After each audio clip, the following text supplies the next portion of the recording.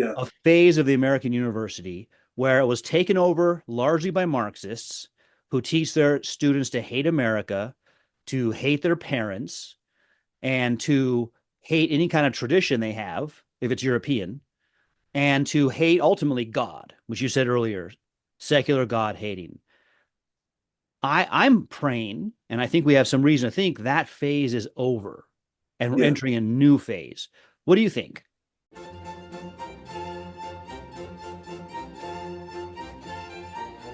Welcome, everyone.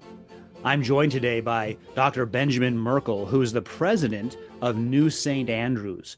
And he and I have a lot in common because, as you know, I'm a professor at Arizona State University, and I've been posting, writing, talking a lot about how bad the American university is doing.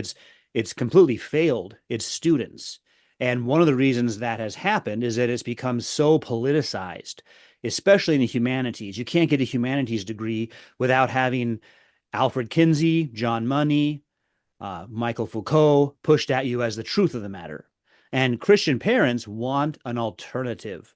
Now, Dr. Merkel has been working and has provided an alternative. So I want to hear from you, sir. Tell us about New St. Andrews and your assessment of really the American university. How did we get to this place? Yeah, sure. That's a how long we got. Yeah, we can yeah, go down. go as much as you want. Yeah, I want to hear about this. Yeah, let's First, hit maybe that. with how we got to this horrible condition in the American university. Yeah, okay. I think there are a number of things. I think a big piece of it has been the financial model that has taken over um, because of federal money given through both the Pell Grant and then also the federally subsidized student loans. Um, that has made the federal government the largest funder of our colleges and universities across America. College is getting usually more money from the government than they are from tuition checks from Yeah. mom and dad. Now it's hidden because if a student takes a Pell Grant or a federally subsidized student loan, they pay it as tuition. So this college is going to show that as tuition payments coming in. But it's actually the source for so much of it is the federal government. And because of those strings, then that gives the government certain control and this sort of assumption that students need or that colleges and institutions need to submit to whatever whims are coming out of the federal government. So I think the thing you see most clearly, or the place where you see this most clearly, has been the way Title IX has been leveraged by both Yeah. Obama and Biden to define gender and things like that as something that colleges have to defer to preferred genders and all this stuff, so the guys can shower in the girls' locker room, Yeah. etc. Um, that's probably been one of the ways that I think colleges have gotten skewed and steered off the path they were on. I think another thing that has been more subtle, but I would say actually far more profound, has been a slow mistaking of what is the actual purpose of an education. What is Yeah. an education for? We have allowed ourselves to start believing that the culmination of an education, where it's all going towards, is to give you a certification to get a job. Yeah. So it's vocational credentialing. Exactly. If you think of that undergraduate degree as kind of the culmination of all your education, well, your undergraduate degree is a degree in, and then you name the job that you were Yeah. just qualified for. I think that that's problematic in a few ways. One of them, and one of the more significant, is that it has made us believe that that when you go to a school, all you're doing is being taught how to perform certain skills, and that the worldview indoctrination is this sort of little thing on the side. Yeah. And so Yeah. it leads Christians to, first of all, underestimate the power of the level of indoctrination at a secular Right. or God-hating institution. We underestimate how powerful that indoctrination is, Yeah. because this is what an education is always supposed to be. That's right. And it also has made us, in our attempt to provide education for our own kids, it has made us prefer places where you can get the most amount of vocational credentialing with the least amount of indoctrination, Yeah. thinking that by doing that, we're escaping the evils of secularism, whatever. Right. But what we realize is we're missing what the commandment to Christian parents was, which was you're charged to give your children a Christian education. Right. So you're supposed to give them a thorough worldview that completely equips them to see the world as Christ. And that's actually our main job. The vocational credentialing comes after that. And I think that we've missed something. We've left a job that we were supposed to be performing, and we're letting a God-hating secularism perform that job, and Yeah. we're blinding ourselves to the fact that they're doing it so well. Yeah, that's all great. I think you're 100% right. Starting out with the student loan money, which is one of the things that President Trump addressed in a video he released today, that he's going to be changing that whole system of how student loans are given and the way they're used to fund secular universities. And one of Good. the things that he mentioned was he's going to go after the accrediting boards because he says those have become completely corrupt and politicized. So, but I Mm, think my audience, they might know the word accreditation, but they don't know anything about how that works. You have an yeah. inside look at that. Could you tell us how does that work? How does an accrediting board even operate?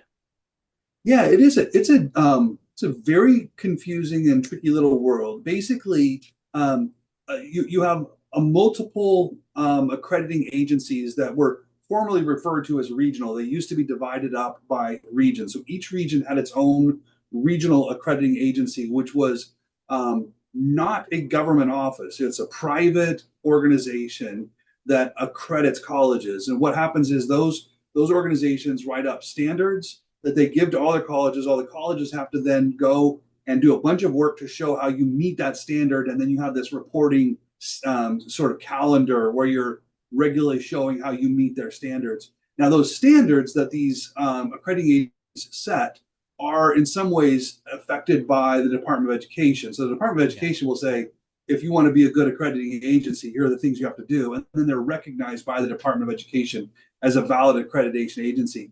And accreditation from these groups has become really the sine qua non of whether you're a for real school or kind of pretending. Yeah. And a lot of it is they just have the inertia there. It's very difficult to unseat that kind of authority. There are multiple national accrediting agencies that are not they'll be like Christian national accrediting agencies, and those have usually taken kind of a second place to these regional groups. Now, like I said, regional, they're not regional anymore because they all are accrediting Yeah. outside of their region, and that distinction is formally done away with, but they still maintain the same kind of Yeah. gravitas that they've always had and kind of de facto authority. They it's really tricky because I find that that there you will have initiatives pushed out at the through the accreditation DEI type initiatives, Yeah. but I think that they're um, and when you're in administrative leadership like I am, there you can start to get into this groove where you just comply with whatever is asked of you. Hmm. And Yeah. so there are, I think, a lot of Christian schools that have complied with things that they didn't need to comply with. Yeah. And had they stood up and pushed against it, they would have been okay. My relationship with our accrediting agency has actually been really good. I've just Mhm. always been really clear Yeah. about here's what we believe about marriage. Yeah. My college, we're a 6 day Mhm. creation college. So Mhm. here's how we think the world is. Here's what we Yeah. think a book is, what a marriage is, all that. And I haven't gotten any pushback yet. I'm always just really clear about it. Yeah. And if that became a point of contention, then we walk away. I think that a lot of the colleges have been, they just have not understood what they could have stood Yeah. up for. Always, Yeah. you're told, well, you have to do this to make it through, and they haven't tested if that's really true. Well, and part of the desire to be accredited is in order to be able to get student loans. I know you guys don't do that, but at least where I'm at. And so the fear of losing that accreditation would mean your whole financial structure. But in the Yes. old days, your accreditation was your students, Yeah. meaning someone says, wow, so and so studied at New St. Andrews and they're great. I want to go study with those professors. Yeah, no, that's you're exactly right. Accreditation is necessary for like formally recognized by the Department of Education. Accreditation is Yeah. necessary in order to get the government money, and so that is the main thing that drives a lot of people in getting it. For us, the reason why we have accreditation is it allows the degree to be, it allows our graduates to go on to grad schools and to Yeah. transfer elsewhere. So it gives the degree greater Yeah. purchasing power, I guess. And I want my grad students to be able to Oh, go sure. on to law school or whatever. Yeah. So we keep that for them. But yeah, I would say 99.9% of the schools that get accreditation, they're doing it so that they can get student loans. Yeah. Well, and a lot, and I went talking with my friends that teach at Phoenix Seminary when they were going through this a few years ago. What they said, I'm not sure which organization they used. It was a Christian one, but it sounded pretty good in the sense that the organization basically just said, do you do what you tell your students you'll do? So Yeah, here's the promises you make. Do you really do those? If you do, we don't get into the doctrine of it, then yeah. you're accredited.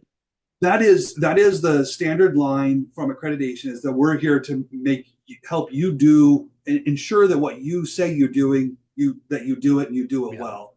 And I've encountered accreditors who actually live up to that. So we've been fortunate, but I do think that there are places where accreditation is used to try to steer institutions in a different direction. Yeah. You just have to be ready for it and be ready to face it.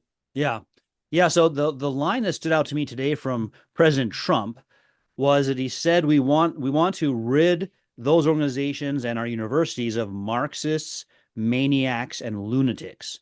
And I hope that becomes kind of a Who motto. will do work?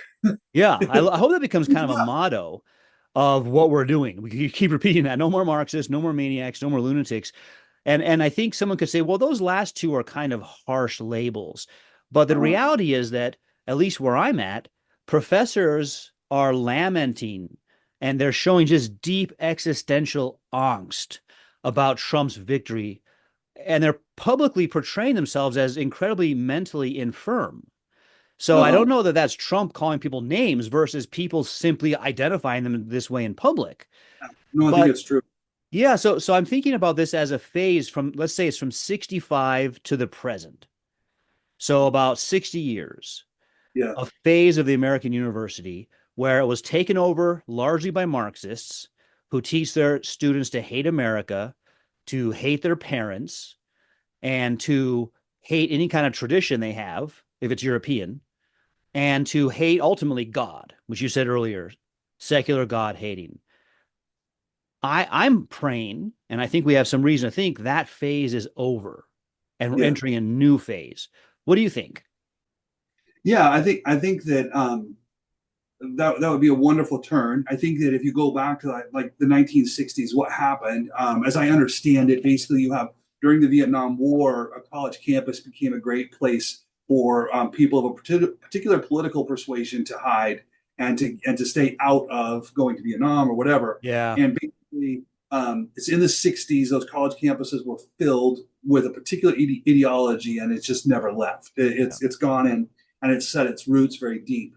Um, it it will be yes, I think that we can turn this corner, and I think if you look at like what DeSantis is doing in Florida, Yeah. you see that this corner is turnable. Like you really can take over the education system and you start clearing things out. Yeah. But I would say it is a huge job because your your college faculty is you don't just appoint somebody to a faculty position. It's a heavily Yeah. credentialed. It's 7 years of whatever in order to get to the point where you're ready to be a college faculty member, and it takes a very particular kind of person to be Yeah. a good college teacher. A lot of people think, oh, if somebody has a master's degree, they can teach college. I'd say like maybe 1 to 3% of people who have master's degrees Yeah. could actually teach an undergrad class well. It's a very rare gift, and so to find and raise up that class of people to fill our classrooms, that's a substantial amount of work. We've got to really roll up our sleeves to build that, as well as I just think that conservatives and particularly evangelical Christians, we're skittish about institutions and institutional leadership. Mhm. We're great for like we can gut them, but like okay, so now you go staff it, and I want you to see you, and I want you to lead it in a way that you're able to hang on to the wheel and keep it going in this direction. Yeah. I Yeah. just I've seen so many schools that were started with a beautiful vision, and then after it started to succeed, it was infiltrated by something that pulled it way to the left. Yeah. And we're not good at having an immune system in our institutions such that we can hold on to them and steer them in a certain direction. And it's something that I'm actually like really Yeah. in my position at NSA, I keep seeing this force, and I see so many institutions that have fallen to it, and I want to get good at resisting it and Yeah. figuring out how we can raise up other leaders that can hold on to our schools and keep them from falling away. What are some strategies? What have you landed on? Well, I think that what I was just saying Unless earlier it's about proprietary information for New St. Andrews, right? no, I mean, if I could write the textbook, I would get it out as far and wide for free if I could, because I want us to get this right. But I do think things like we um, we are prone, we're very risk averse in institutional leadership.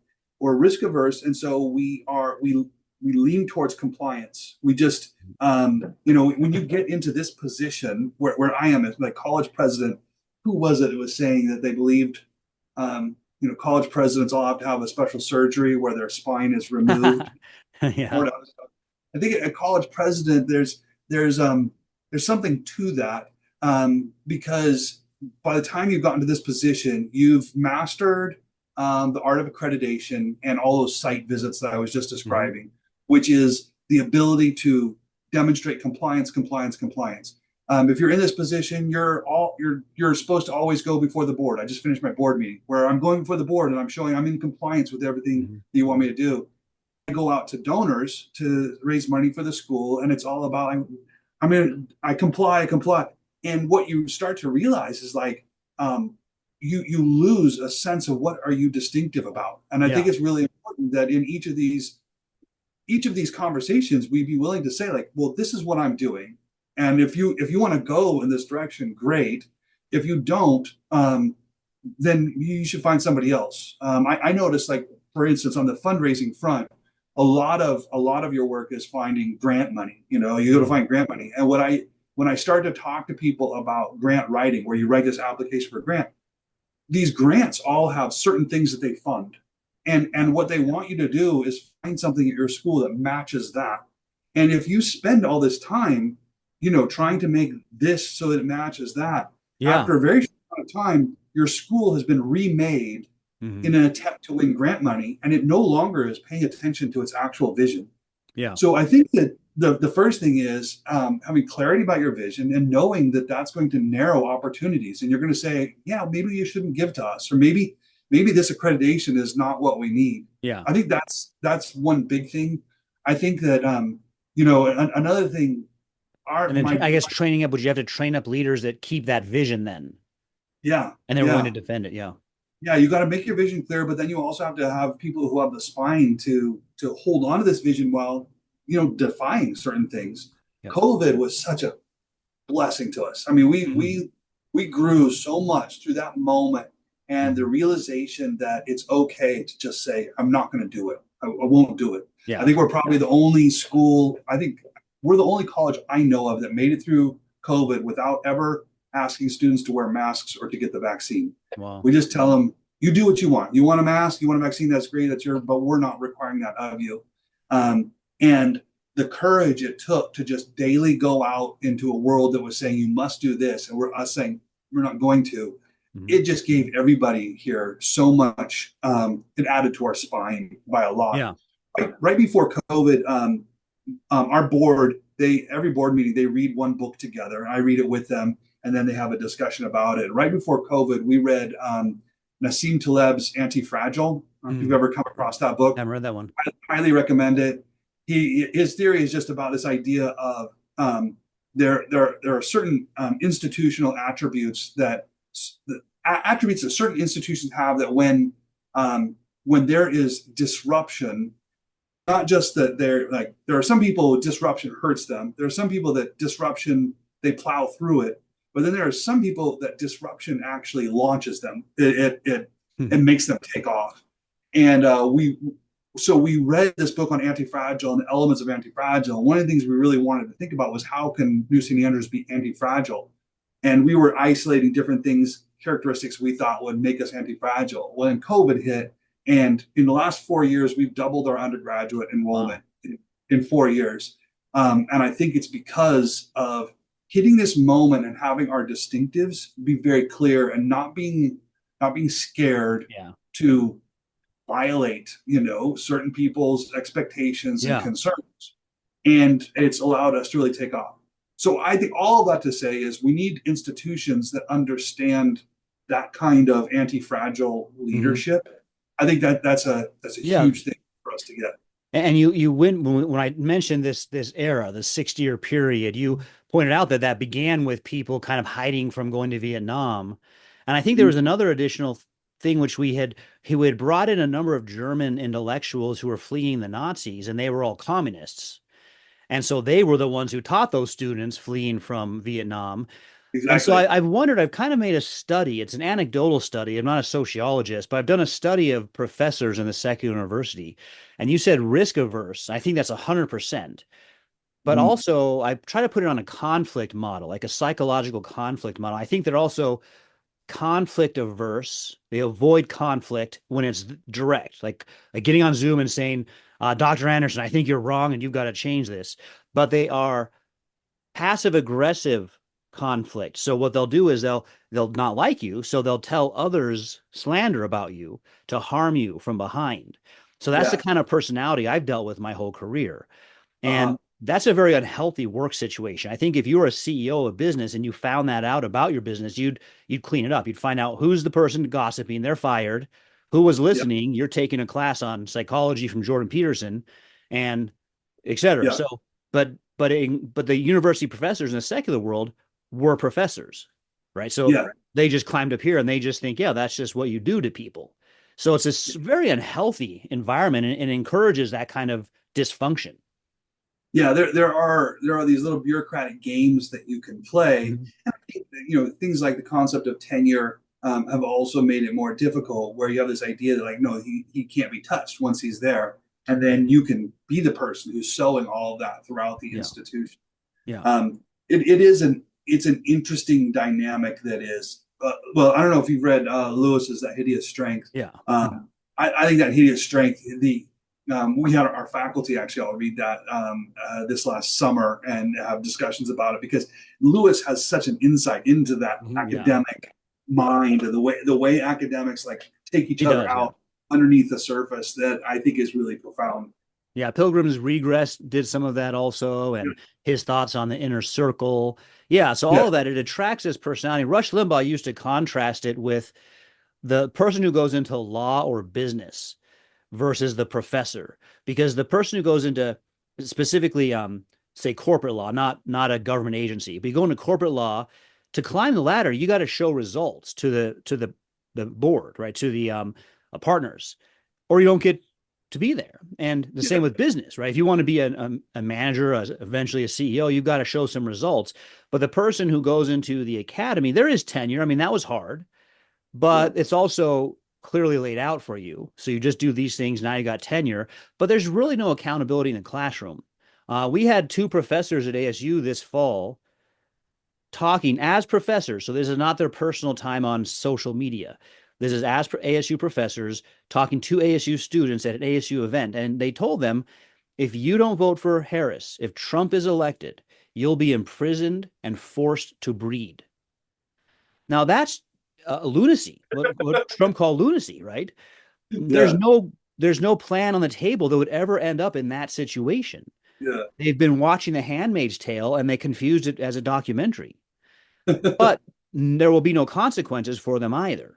Um, Right. when they were asked about it, ASU spokesman said, "Well, that's free speech." Well, hold on. Social media is free speech. Private time after work is free speech. When you're an employee, we have an employee manual that says we're not allowed to be politically partisan. So Yeah, that will never be applied though to those views. There's no accountability. And if someone's in the business world, they know that's not a functioning model. yeah. Yeah, it is very disturbing, and I think that one of the other things about, I mean, there's a strength that is a court has its own corresponding weakness to the academic faculty, which is you're pulling out a breed of men who are particularly good with the word. They read well, they write well, and they speak well with clarity and precision. Oh, Ideally, hmm, sometimes with great yeah, obfuscation and whatnot. But anyhow, that they're generally people who are accomplished with the word.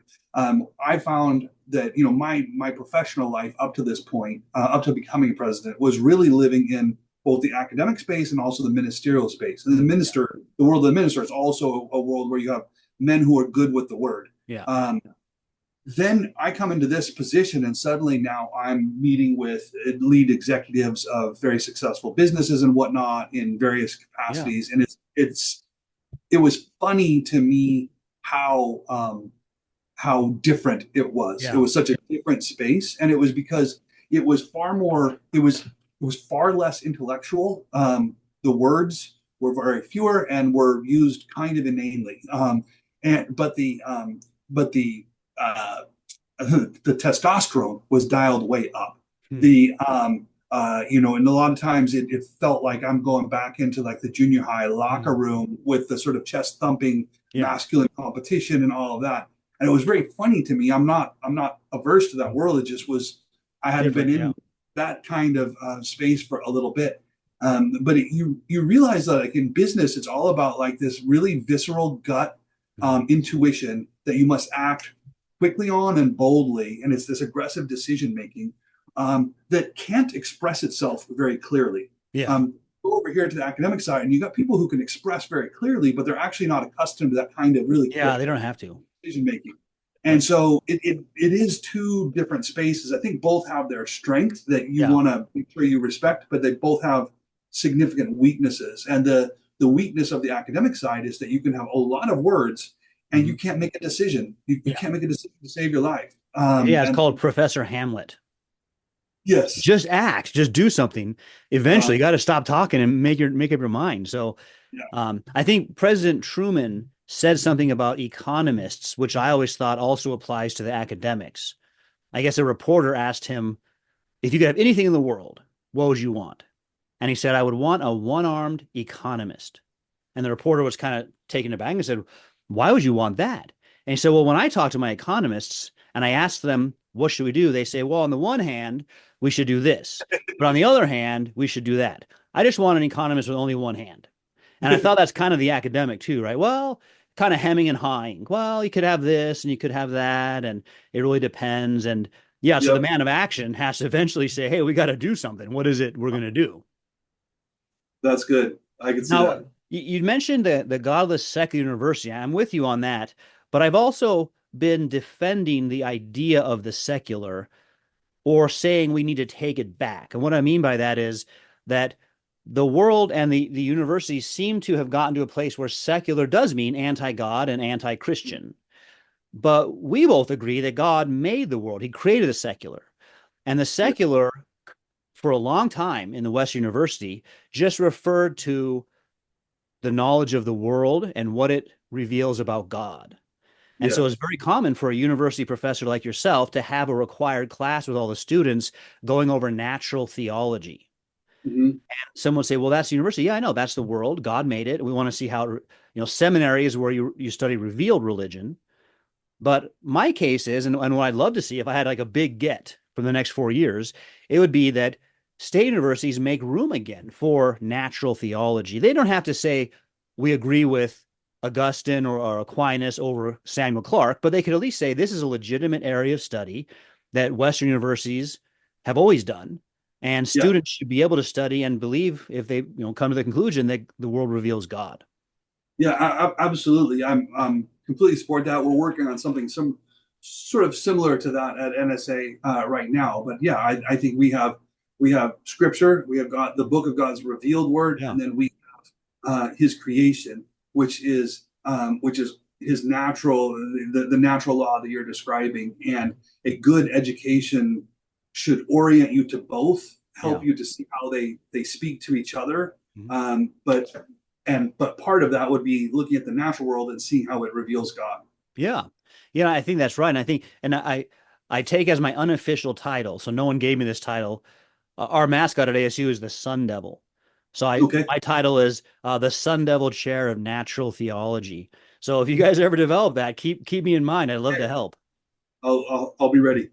Now, one of the areas I see the most corruption in the secular university is the humanities. Mhm. So you mentioned at the beginning the model of going to university for a vocational degree. And the universities kind of got stuffed together so that we have the more classical liberal arts degrees right next to a nursing degree or an accounting degree, what's really more like a trade school in one sense. But Yeah. they're all put together. And then you've got some degrees like maybe physics or astronomy that require very expensive tools to learn how to do them. And you've so those I find, I mean, the professors are probably still very far left, but it may not come up as much when you're learning how to draw blood or how to balance a checkbook. Uh-huh. But it's in the humanities classes, which don't require a lot of money, a pencil and a access to a library. But it's Yeah. in those classes where professors just seem to have free reign to teach social justice, cultural Marxism, LGBTQ sex philosophy. How do we redeem those Yeah. subjects? Well, I think that the the loss of a transcendent standard has left all of these with a where we don't believe there is a standard. There's no objectivity to them. Now, the natural science, where you have nature that can be measured, there is this lingering illusion of objectivity in the natural sciences that allows them to keep things kind of robust. So when I was an undergrad student, I did chemistry, and the reason I hated chemistry, I didn't like it at all, but it was the subject that felt the most weirdly kind of masculine to me and Mm. true because there was a formula that either you understood and deployed rightly or you didn't understand. And like it was Yeah, so verifiable that it felt to be the most robust. yeah, When I would go into a lit class or something like that, it was always just your posturing because there was no standard above.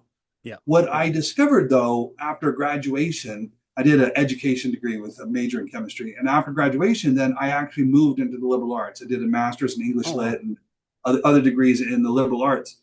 And what I discovered was there was an older version of the liberal arts that was rooted in this understanding of the transcendent.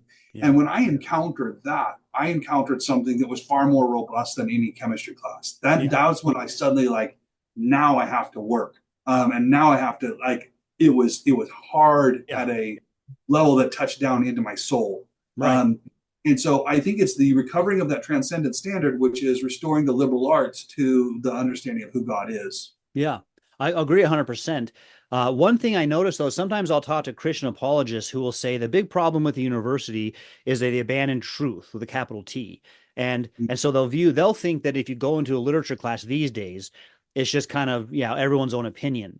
But from on the ground, they actually have what they think is capital T truth. So they believe the Marxist Alfred Kinsey interpretation is the true interpretation, and they Right. work their students towards that. So I had a young lady who came to me. She'd had a classical education in high school. She came to Mm-hmm. ASU and wanted to study English literature with a focus on Chaucer. Now, she happened Mm-hmm. to be in my philosophy class. And so after class, she said, Professor Anderson, I don't know what to do. I said, well, what's going on? Well, I'm in Chaucer. I love Chaucer. We studied him in high school. My class so far has all been about how he's a homosexual. And we don't actually read Chaucer. And the Yeah. few things we have read have been to find which characters are homosexuals. And I say, yeah, that unfortunately is all you're going to get at ASU. Right. So they do think there's truth, but it's completely nonsense. Yeah. Well, it's funny you mentioned Chaucer. So I graduated from the University of Idaho, and I started as my first job was doing campus ministry with a local church, doing outreach to students. And there was a guy that I lifted weights with, and he wanted to use the University of Idaho gym, which you can only do if you were a student. So I have this very conjured explanation to my wife about like I need to take a class, but it was really for this gym that we we're going to use. And I don't remember what class I initially signed up for, but there was a guy in a Bible study I was leading. He said, you should drop that and take this class on Chaucer with me. And I remember thinking, that sounds like the dorkiest thing ever. Like, this Chaucer, this 14th century poet. But he said, no, if you take this class, we can sit at the back and make fun of English majors together. And I remember thinking, well, that actually sounds like a noble cause. So I take this class in Chaucer, but the instructor was former Army airborne. He was a Catholic who believed in, he understood the liberal arts. And I remember him coming in and lighting up the class, just screaming, swearing, throwing people out, but taking us into the text and actually confronting the text. Yeah. And that was the class that flipped me. Like I had always been, I thought I was a science guy. I was like suddenly like, that's excellent. Liberal arts, but it was in that class. But it was instructor who understood how he understood how to present this in that sort of classic liberal arts way. Yeah. But yeah, you're right. I mean, I do think that there's an ideology that is so dominant. It's very hard to get to the kinds of discussions I got to have in Chaucer. It's very hard to get to that now. It's almost and then if you couple that social justice ideology with the conflict averse personality, they won't debate you. Yeah. They won't say, well, if you think this is truth, put it on the line. Let's have a public debate, and whoever wins gets to teach the class that way. They won't do anything like that. They'll just, maneuver to get you out of position or fired or something. Your opinion is oppressive and hurtful, and it's going to do damage to anybody else to even hear it. Yeah. One of the classes I've taught on and off for 25 years is Introduction to Christianity. So I teach philosophy and religious studies. And so it's a 200 level class at ASU, and it's just an overview. Well, ASU is going through we're remaking our general education requirements. And so if you want your class to go from the old ones to the new ones, you got to submit your syllabi to the administrative committee, and they look it over. And that's fine. That's how it works. And obviously, if you want students, you need to get the general education requirements, because students won't want to take a class if they doesn't advance their graduation. So I submitted mine for religious studies. To get approved, I have to submit it to the other departments that also teach religious stuff, that teach Introduction to Christianity. And one of them said, yeah, that's fine, checked it. But the actual department, I'm in a humanities department, the religious studies department said no. And they sent me back reasons why. And the reasons why is that I talked in my syllabus, I mentioned Western civilization. And I go through the Old Testament and I read it through a Christian lens. And then I go through the New Testament as well from a Christian lens.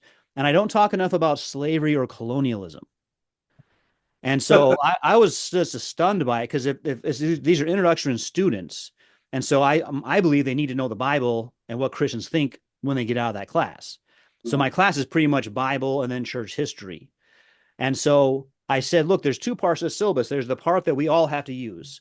I'll take any language out of that you object to, as long as it doesn't change it too much for me, because that's what we all have to use. But there's another part which I do have to submit them together, but it doesn't affect you. It's just a representation of what I do, and you can keep doing what you do. Well, they still said no.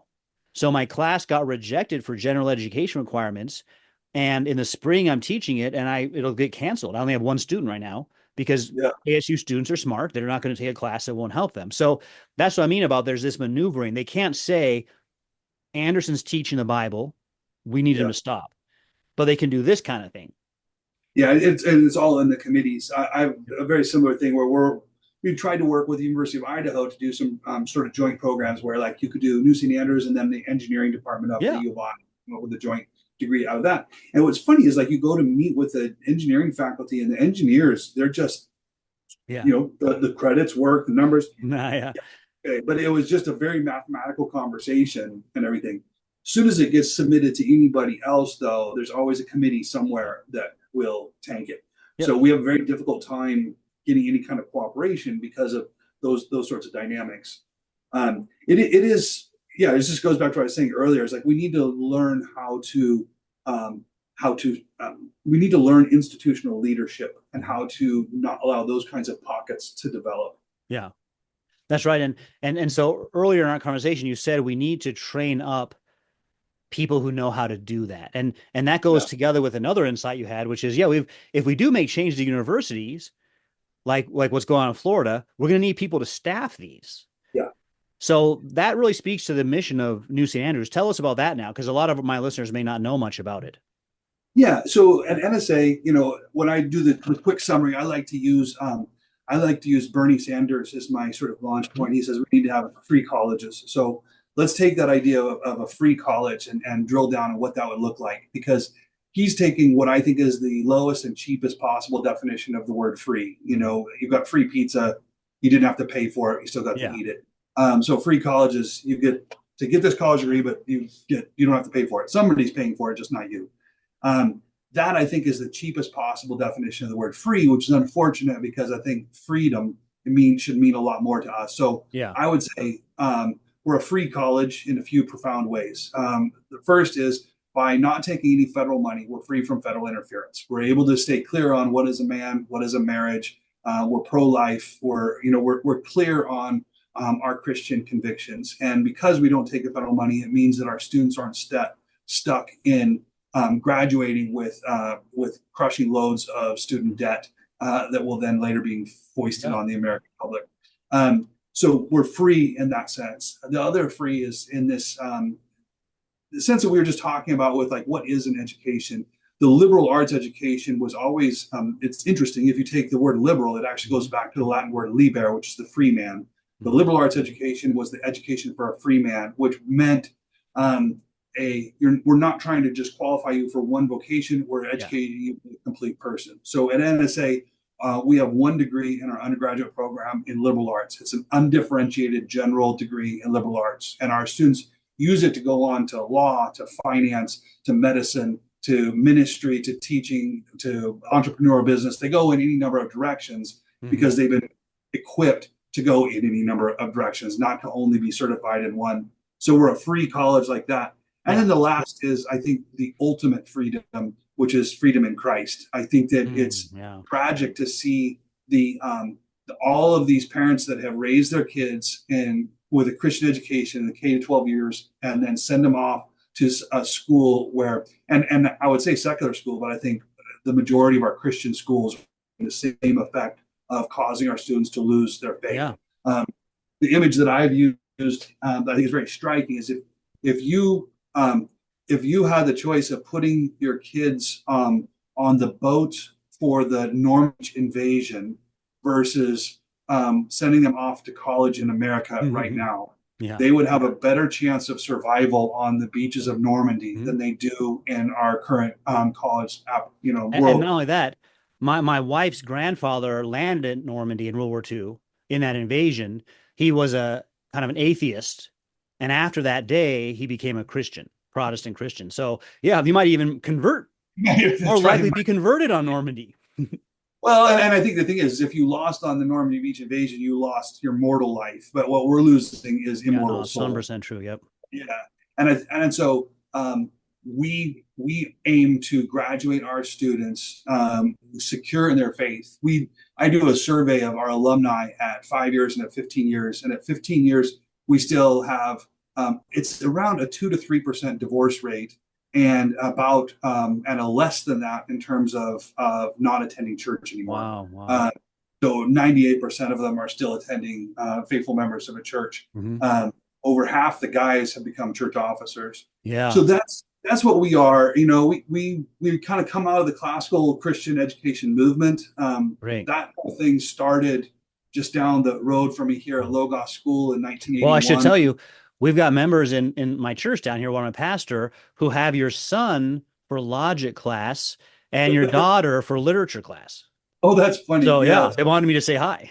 Logos Online. That's right. Well, they've had a tremendous impact in launching this K to 12 classical movement. NSA was started in '94 as the next step for kids that are coming out of that. So we are a classic Christian liberal arts college that is holding on to what a Christian liberal arts college was intended to be, and trying to be an example of that. Look, a lot of people think that if other schools started like NSA, that'd be a threat to us. To me, that would be like the best thing ever to Mhm. have 15 to 20 schools like NSA across Yeah. America cranking out graduates. Yeah, well, that's what we need. I mean, people may not be aware of how much work is out there. I'm actually involved in a lawsuit against ASU. I'm Hmm. represented by the Goldwater Institute, which is a libertarian legal group, and It's because ASU required its teachers, its professors, to take DEI training. And the Oh, purpose of the DEI training, the content of it, is not just about being inclusive and including everyone, because it's a state university. Everybody should be able to go there regardless of political yeah. view or religion. Yeah, absolutely.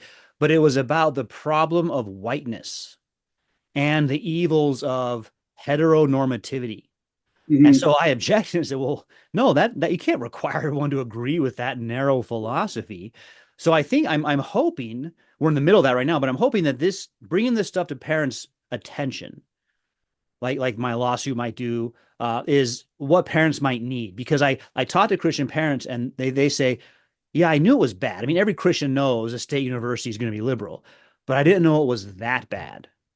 So I I, started a I Substack. I have a Substack, Dr. Owen Anderson, where I just post about this stuff. What goes on at ASU? We had an ASU event in September about the benefits of polyamory, right? right. And someone said, "Hey, this is not BYU," but BYU said, "Don't throw us in there. We don't do polyamory." So it was Yeah. like, yeah, what's going on at ASU? The- that is, you said that parents don't know how bad it is, and I think that that's one of the um, real problems right now. Is you say to parents, hey, this university is God hating. Sending your kids there is dangerous, and what they're thinking that you mean is what they went through Yeah, back in the 90s. yeah, Because you tell me, oh, the university is hostile to Christian faith. Well, it's like, I remember that. I remember the University of Idaho in the 90s. I remember having to argue with my philosophy prof. yeah, And I remember how that was actually good for me. yeah, Like it pulled out this courage in me. It's when I learned how to stand up. I learned how to yeah, argue. It was like one of the best things for me. So when you say, oh, that's it's dangerous to send your kids there, I think, oh, I'd love for my kids to have yeah. that experience. It was That's what I so, had too, and that's a great experience. That's but not what you that's have now. what it is now. And that's what they don't understand. They hear you say that, but that's not what it is now. What happened if I was there now? No chance. Yeah. There's no chance Well, because they of making. won't. I have colleagues who told students, if you don't agree with Al Gore's book, you can't talk in class. Or Yeah. another professor who, and what's funny about that is that book has been completely disproven. His timeline did not come to pass, Uh-huh. but inconvenient truth. And then Yeah. I've had other professors who say, "Well, I'm gonna present the Christian view of marriage. Here's Pastor so and so from the Episcopalians, and he's going to explain how homosexuality is in the New Testament." And that's the only view they'll give. They don't have Yeah. a conservative pastor come in. So that's now, and that's why my Substack's about alerting parents, because I think what you and I went through in the '90s, it sounds very similar. Yeah. I'd mentioned earlier how humanists today think they do have truth, but there was this time period where it was basically called multiculturalism. Maybe in the Mhm. '90s, Derrida was really popular among Right. literature people. And so I remember being in my analytic philosophy class, and a student raised his hand and he asked something about, well, isn't it kind of a matter of interpretation? And the philosophy professor, secular school, said, I think you're looking for the English department. That's down the hall. This is philosophy, right? So he was a committed atheist, but it was still like, we don't do this matter. It's all a matter of interpretation. That was English back then. Yeah. Whereas now it's just all social justice Marxism. That's interesting. Yeah. Well, it sounds like New St. Andrews has got, a really successful model. And I hope maybe people watching this will know what's there, might be an option for their family, or they might hear what you just said. We need this to happen all over the country. Mhm. And that's my sense too, is if we're going to fill the ideas, the dreams that President Trump is making right now about the American university, we've got to have people trained to do a liberal arts education. That's the core of any university education. Yeah, you to have a whole generation of educators ready to pass this on. But I think you also have to have the administrators, and I think you also have to have politicians that have the courage to Yeah. do the work to take care of state boards of education, college president appointments, and all that like political, uh, machinery that you Yep. have to address. That I just think that we are really behind on. Yeah, yeah, maybe, yeah, and hopefully this is something that's happening now. A word as we finish up here, a word that came up a number of times today from that you mentioned a number of times was courage. Mm, And I do hope we're entering into a new era of Christian courage. When I look at the left, well-known Christian intellectuals on the left who said they're voting for Harris, and some of these guys are supposedly reformed even, yeah. but they've replaced courage with a really false kind of empathy. Hmm. And they read the New Testament as you have to almost commit suicide. You and your country have to kill themselves at the expense of others, or you're not being Yeah. Christian. Is there a Uh-huh. lesson you maybe as a president that you can tell Christian students? Because we are empathetic. Christians are empathetic people. But Uh-huh. what would you say to a student to say, here's why you can also have courage? Yeah, I think that the problem uh, that we have succumbed to is attempting to be wiser than God in our figuring out the logistics and the pragmatics of how to act. So what happens is we think, okay, God's word says this, that's going to be offensive, and I need to love my neighbor. So I'm going to come up with a way to somehow soften and compromise, and this is where you get all of that empathy. And the Yeah. thing is you forgot that you knew at the beginning God's word said this, and Hmm. what you thought is that you were a better prophet in applying God's word than his word. And so you came up with your own little halfway thing Yeah. in order to somehow be a witness. And we've done that thinking that we're being faithful witnesses, telling Yeah. ourselves that. And we need to quit trying to be wiser than God. And we just need to be clear on what God says. Yeah. And I think we can be loving, we can be kind and all of that, but we need to be uncompromised on the clarity of God's word. So Yep. things like marriage, abortion, all of that, we can't pull any punches. We have to say Yeah. what it actually says, and we have to lead that way with our institutions. And what's surprising is that when you are bold and you obey God, it's shocking to find out that He blesses that and He Yeah. lifts you up, protects you. He, you know, I should not be surprised. Yeah, that's great. I think you're 100% right, especially the idea of clarity. I actually wrote my philosophy dissertation on Romans 1:18 through 21 and Hmm. what it means to say the works of God clearly reveal God. And I think the Yes. more we Christians say, whether it's the world or it's the word, either one, it's clear that God exists. So that Yeah. unbelief has no excuse. That gives you the courage to both stand against unbelief and then to be empathetic as needed in your ministry. But you can still Yeah. say, no, there's a line here. Atheism is without excuse. And you're inculpable unbelief against God because God's clearly revealed to you. And the models of apologetics I grew up with, I could see where they really didn't think that. They thought, well, we've got some pretty good arguments, but so does atheism, and maybe we'll just win them over with friendship evangelism. And Yes. it led to those kinds of compromises. Uh-huh. Yeah. So, but Dr. Benjamin Merkle, thank you for joining us today. Thank you for all your hard work at New St. Andrews, and we'll be praying for God's blessing there. It sounds like you're all doing really well. Well, thanks very much. Yeah, we definitely are experiencing a lot of blessing right now, but I appreciate the chance to speak. Mhm. Yeah, and next time you're putting together a curriculum and you're saying, we've got a spot right here for natural theology. Don't forget the Sun Devil down here, Owen Anderson. That in mind. All right, thanks a lot. Thanks, Daisy.